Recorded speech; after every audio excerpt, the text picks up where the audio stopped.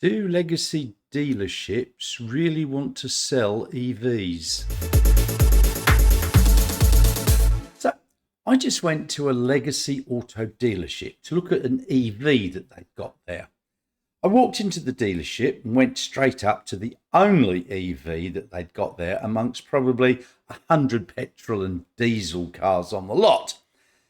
And because of this, it took me a while to get the salesman's attention. Now, there were quite a few salesmen there. They're all sitting down at their desks, staring at their screens. And it took me a while. And I walked over to them. And even then, it took a while before one of them even bothered to look at me. And basically, they were generally dismissive. And they didn't seem to care.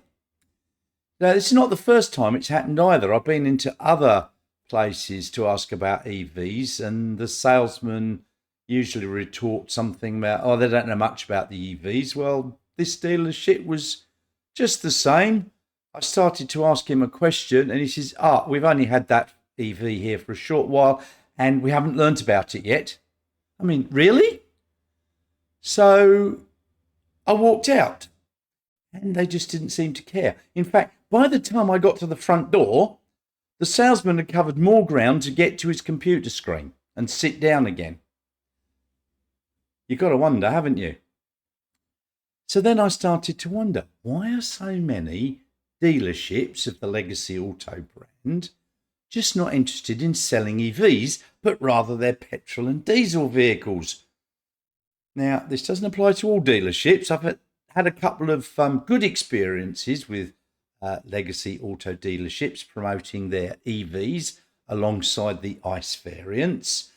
But basically, it comes down to money, or rather the profits that the dealership can make. Now, many people think that a dealer will make good money on the actual sale of the car. But in fact, it's only a few $100s at the cheaper end of the market. Now, it is a different story at the other end, with some healthy margins on, say, Mercedes and BMW. Now, in fact, at the end of the day, a dealer's profit from the sale of new cars is only between 2 and 5% of their total profit. That's at the economy brand market, probably closer to 10% for the luxury brands. And this is made up from a variety of sources. Now, the dealer may sell his car at cost or even make a loss, but he's aiming to hit a target and get bonuses from the manufacturer. And this is called the front end deal. So just like your grocery store, they're dependent on volume. Manufacturers will give them monthly, quarterly, annual targets to hit, and then they'll get some quite generous bonuses in a variety of different forms. Now, a dealer will also make money from finance and insurance division, where interest rate markups and so on. And this and the service, etc., are part of what's called the back end profit. Now, the finance and insurance area for dealerships is a larger generator of revenue for the car dealers than the sales side of things. So once you've haggled over the price with the salesman or salesperson, you will get passed over to the finance manager, where the second sales process will begin. So car dealerships will make money not only on interest rate markups, but on leasing, selling extra warranties, extended warranties, tyre and wheel protection, upholstery protection and warranties, and so on. And each extra results in more profit for the dealer. Now, according to Deloitte, the finance and insurance side of things can generate 20 to 25% of the dealership's gross profit, which is a lot more than on the sales side of things. But now, let's get to where the dealer really makes most of his money. Anywhere from 30 to 50%, in fact, and that's on the parts and service. Selling a car really means just increasing the parts and service turnover. And that is their primary revenue generator and profit center.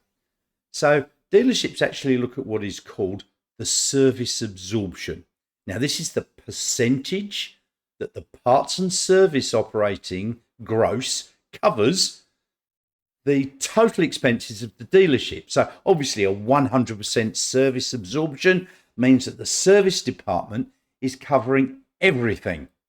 Most dealerships probably run good ones at about 70%, which is still quite reasonable. So basically, the service department will try and what's called beat the book. So if a scheduled service or repair is supposed to take 4 hours and they'll try and do it in 3, they'll still charge the 4 hours labour at some exorbitant rate per hour. They'll do the same with warranty repairs and charge the manufacturer. It's fairly accepted practice within the industry. So this is for internal combustion engine vehicles. So let's take a look at EVs. And this is where the problem lies. They don't need much in the way of servicing. So let's take the MG ZS EV, for example. Here we've got their servicing schedule for the first service, $295. This is in Australia. It includes a lot of waffle. If we just take a look at this, checking that, and adjust if necessary. Check the function of the parking brake and adjust if necessary. Check the operation of the lamps, horns and system warning indicators. Check the operation of the windscreen wipers, washer and so on. And you just keep going down. Check the connection status of the 12-volt battery. Other things here. Check the appearance of the high-low voltage battery pack vent valve. Oh dear. Check the electric drive transmission mounting bracket. Use diagnostic software to reset service reminder. Yeah, well, that's pretty easy. So this is supposed to be $295 worth. Wonder how long that's going to take them.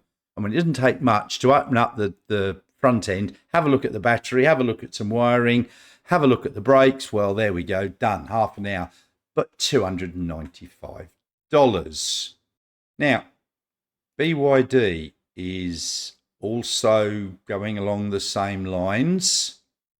And as you can see from the Atto 3 manual, maintenance items and intervals, it's just check in again. Have a look at the brake pedal and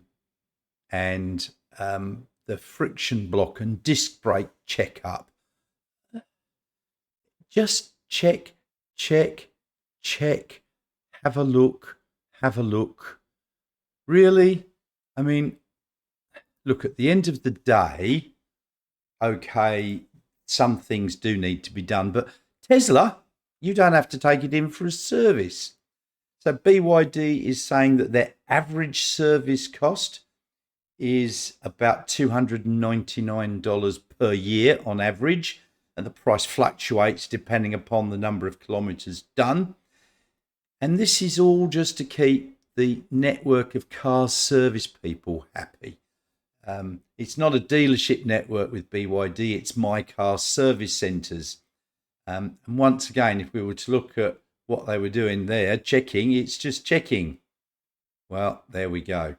Now, with the GWM Aura, at least they're saying it's only $99 on a 12 monthly or 15,000 kilometre basis. I couldn't actually find the details of what they're doing, but to me, $99 seems a little bit more reasonable for giving the car a quick once over with your eyes just to have a look and check. So looking at all this servicing, that's where the dealer is going to make most of their money. And EVs don't really need that much servicing, hence the fact that they're really not keen on selling them. At least that's my opinion. What do you think? Are legacy auto dealers interested in selling EVs alongside their internal combustion engine vehicles? Things are going to have to change this decade to account for the fact that EVs are going to become mainstream, and either these dealers will go out of business or they're going to have to adjust their business models accordingly. So there you have it. I don't believe that the majority of legacy auto dealers are really interested in selling EVs at the moment. They won't be until they change their business model or go out of business. Let me know your thoughts on the matter in the comments below. So thanks very much for watching.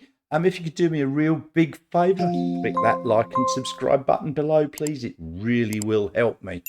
I've also included some links in the video description below, which includes my Tesla referral, so we can both benefit should you be ordering a Tesla. Links to my Instagram channel, links to Ko-fi, where you can help keep me caffeinated. Thank you very much, and I'll see you all very soon.